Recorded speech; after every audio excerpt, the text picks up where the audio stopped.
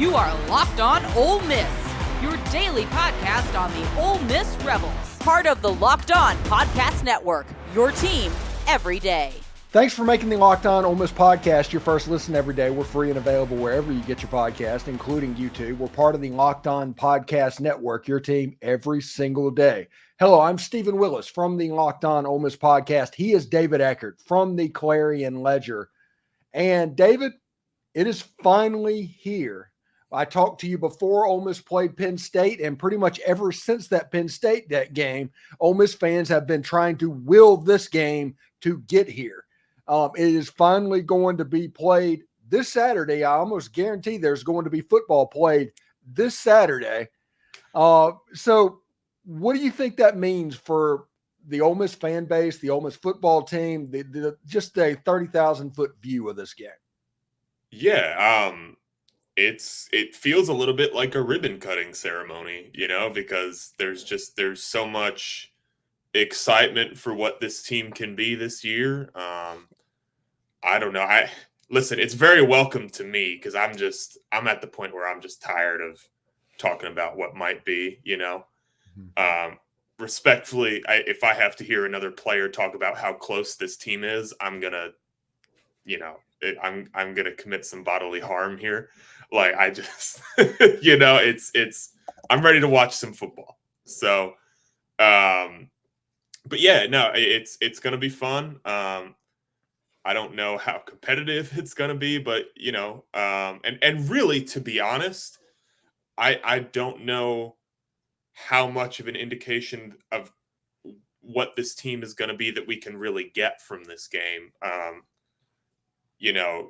Because if they win by 70, it's hard to extrapolate that and say that they're awesome. Really, the only way that you have a takeaway from this is if they don't play well.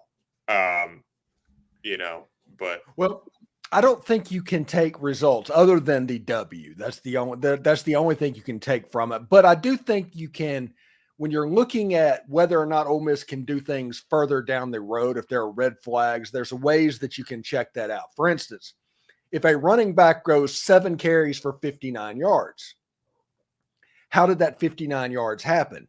Right. Was it a situation that he ran 6 times for 5 yards and then busted a 54-yard run? That's a problem because an FCS defense is going to burst. But if it's about 10 yards per pop, that's a good sign. That's something you're doing what you're supposed to do. So I think if you go into this game looking at how this is done, judge this on the look test, if Ole Miss wins the game, which they should, they're favored by 42.5 points on FanDuel.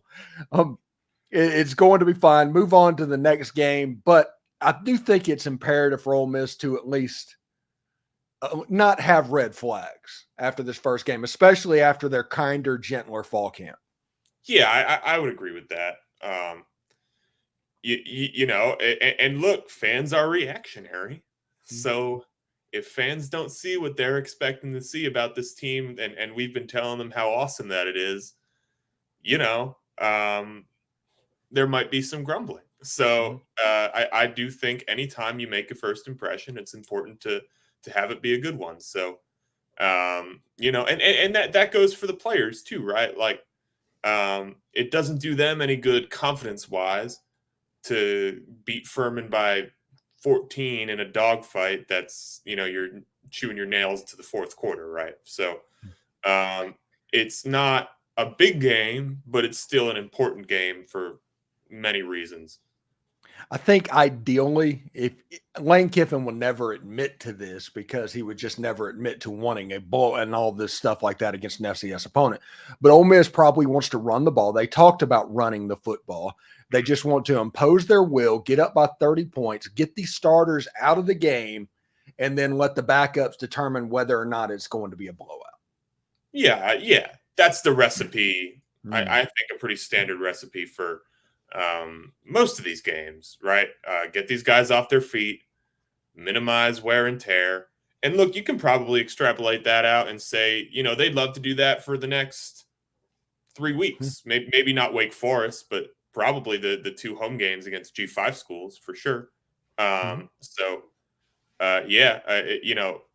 the entire offseason has been structured around minimizing hits, minimizing wear and tear. So to whatever extent you can do that against the lesser teams on your schedule, I think Kiffin will want to, for sure. Changing the subject just a little bit, this is the debut for a lot of these ballyhooed transfer portal players. There was no spring game. There has not been much access at all. So this is going to be the first impression of a lot of people. Even Austin Simmons, who has been at Ole Miss for 18 months, this could be the fan base's first opportunity to see him. And I do think that first impression kind of goes a little bit in this situation. But my question to you is, if Ole Miss goes chalk this year, just chalk, let's say 10-2, the games they're favored in the season, they do that. And with Ole Miss having over half their roster through the transfer portal, did Lane Kiffin change the way that rosters are built in college football? It's tough for me to say yes to that, because I think you've got something looming with the revenue sharing that's going to drastically impact how you build rosters, right? Because we don't know at this point whether, in addition to the 20 to 22 million that all the schools are going to be paying these guys through revenue sharing, are you going to be able to use your collective, to further compensate these guys? Are collectives going to continue to be these difference makers when it comes to building a roster? We don't know. So I think maybe for next year, but when you're talking about the long term, to me, there's just a big cloud with that change. And, the successful programs, from 2025 onward, which is when this is projected to happen, are going to be the ones who, who adapt to the change the best. So Kiffin's proved really adept at doing that, as Ole Miss fans have found out. But yeah, I don't know. I don't know if it's going to be a model. And if it is, I think it'll be a short-lived one just because of the changes that are coming. Yeah, it should be quite interesting. And real quick, before we get out of here, Ole Miss just released a press release today that they have sold out every SEC home game this year. So that means that, hey, game time tickets, that's the only way you're going to be able to get in the stadium possibly. But the non-conference games, have you heard anything about the non-conference games? Like, where is Furman trending? Because they didn't have many tickets left that I heard. Like, the biggest gap was the Furman gap, and there was only like 3,000 tickets left like a month ago. Yeah, I'm not sure. I did do a story about the secondary ticket market with Furman, and there's some pretty affordable tickets there, as you would expect for Furman. I honestly, I don't know what their ticket sales are like for the non-conference games, but I obviously that's a big achievement for them with the SEC games, because look, this is a place where, whether it's a comfortable discussion or not, Lane Kiffin has had to fight to get butts in seats, and it's in his financial best interest to do that, by the way, because he has season ticket bonuses. But he wants that atmosphere. So if that's being provided, he doesn't have to fight for that at a podium weekly. I think that's something that he'll appreciate. And obviously, good environments help you win football games against good teams. Thanks again for making the Locked On Ole Miss podcast your first listen every day. Hey, when we come back, we are going to turn the page to the Furman Paladins. Yes, you heard that correctly. We're going to talk about that in a little bit.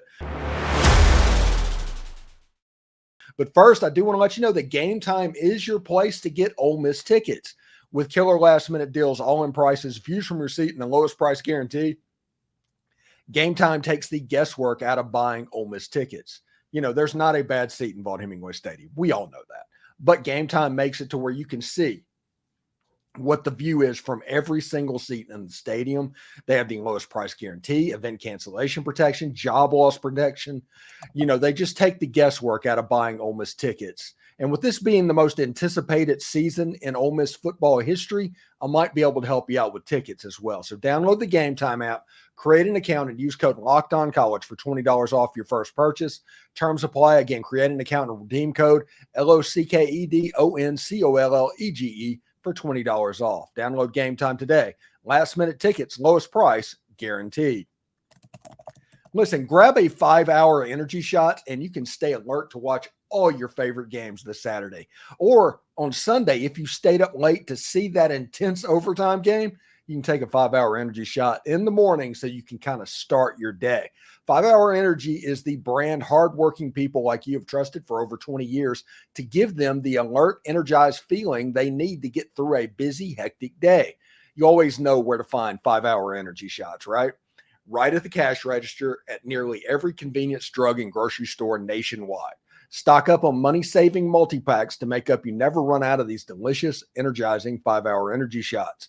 If you go to 5hourenergy.com, that is the number 5, hourenergy.com, and get some 5-hour energy product today. You can use my promo code, LOCKEDONCFB, all one word, to receive 20% off. This is only valid until September 30th.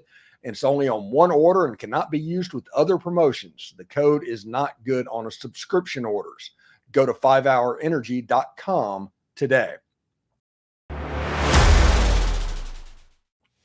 Are you watching Fox Sports or ESPN on your TV all day and you have to turn down the volume with all of that shouting? Make the switch to Locked On Sports today. It's a free 24/7 sports streaming channel programmed for you each and every single day to bring you the biggest stories without all of that screaming. Locked On Sports Today brings you can't-miss analysis, opinion, news, all streaming 24/7 on YouTube or the free Amazon Fire TV channels app. Part of the Locked On Podcast Network, your team every day. You know, David, one cool thing that Locked On is doing this year is we just started a new fast channel, 24/7 streaming channel that's on college sports. And after the games on Saturday and on to Sunday, they're going to be doing the reaction shows that the individual hosts do after their ball games. So nice.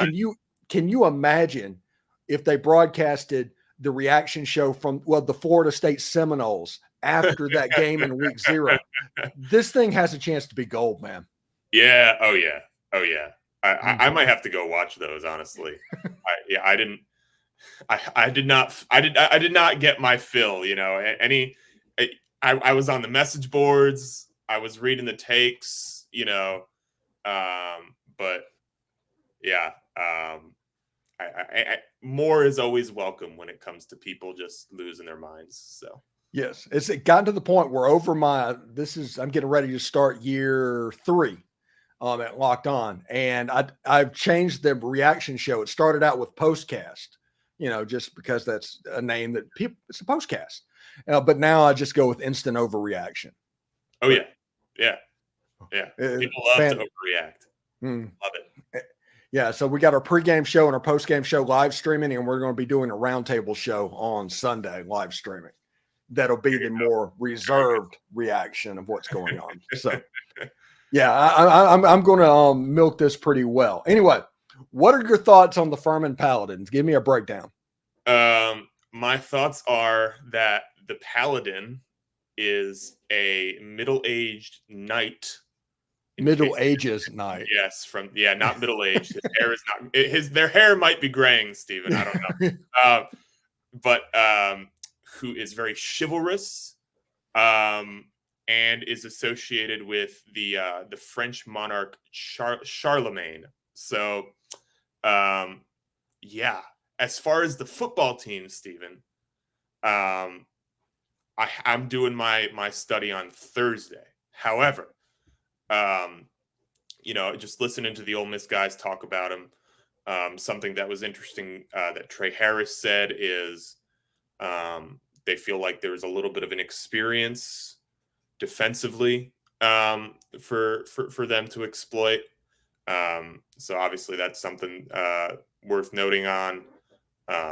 You know, talking to them about their offense. They're going to have a different quarterback than they did last year when they made that playoff run. They got rated pretty good by the FBS schools, which I don't know. I just don't like to see that. It doesn't give me the right feeling. But so they lost the defensive back to Colorado, defensive lineman to Georgia Tech, their quarterback to Jacksonville State, defensive back to Tulane, and their long snapper, Steven, to Vanderbilt. Vandy's taking everybody. Yeah, they're going to have to replace some talent. So we'll see, man. I don't know. I mean, it's an FCS school, respectable program, still one that Ole Miss should just run over if they play well. So yeah, I have Joe DeLeon coming on the show tomorrow talking about this, and I actually already recorded it, so I knew about the quarterback already. I knew that their defensive line by FCS standards is pretty good. So I think one of the things that I thought happened with Lane Kiffin and Jackson Dart talking about running the football, Ole Miss is trying to make it to where this game means a little bit more. They can get a little bit more out of it, and running the ball when they know you're going to run the ball, that makes it a little bit more difficult. So I think that happens because if we're going to be real about it, they lost their entire secondary. And it's like Trey Harris said, it's very piecemeal. Yeah. And if Ole Miss wanted to, they could score 100 points in this game throwing the football. Probably. Yeah.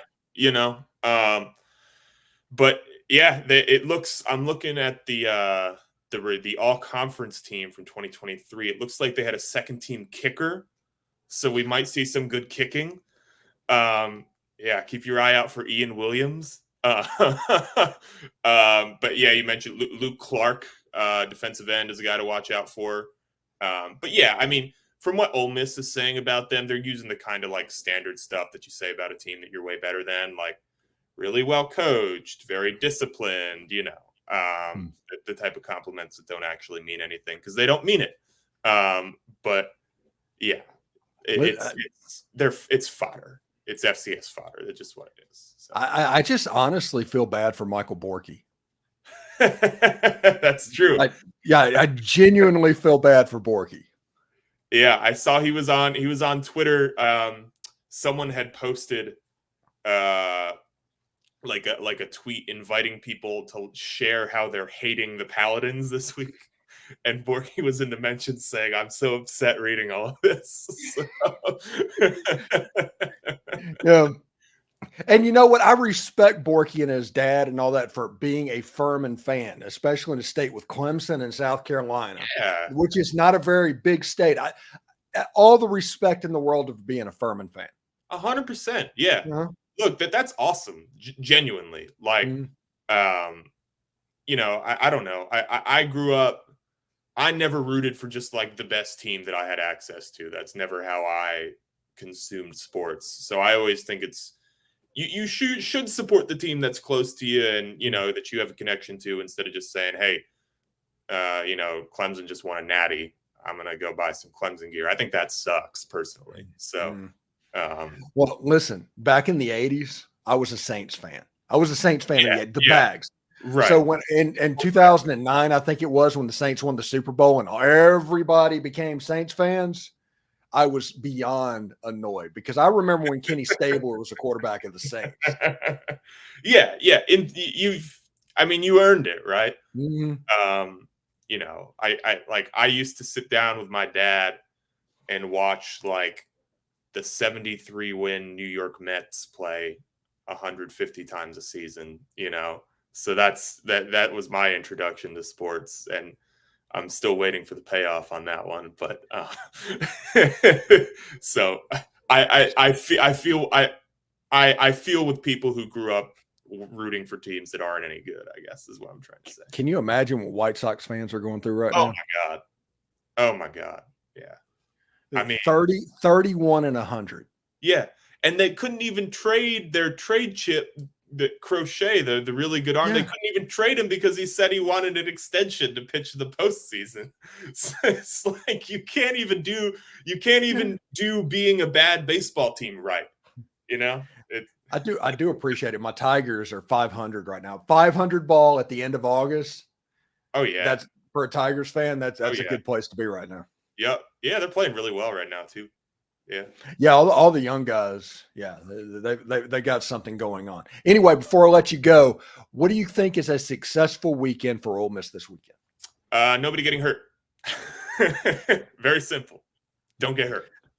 Win the game. Don't get hurt.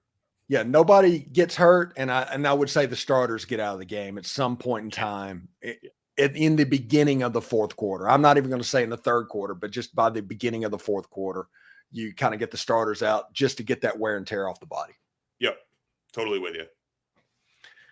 All right. Thanks again for making the Locked On Ole Miss podcast your first listen every day. We're free and available wherever you get your podcast, including YouTube. We're part of the Locked On Podcast Network, your team every single day. David Eckert from the Clarion Ledger. What have you got going on this week leading up to game day?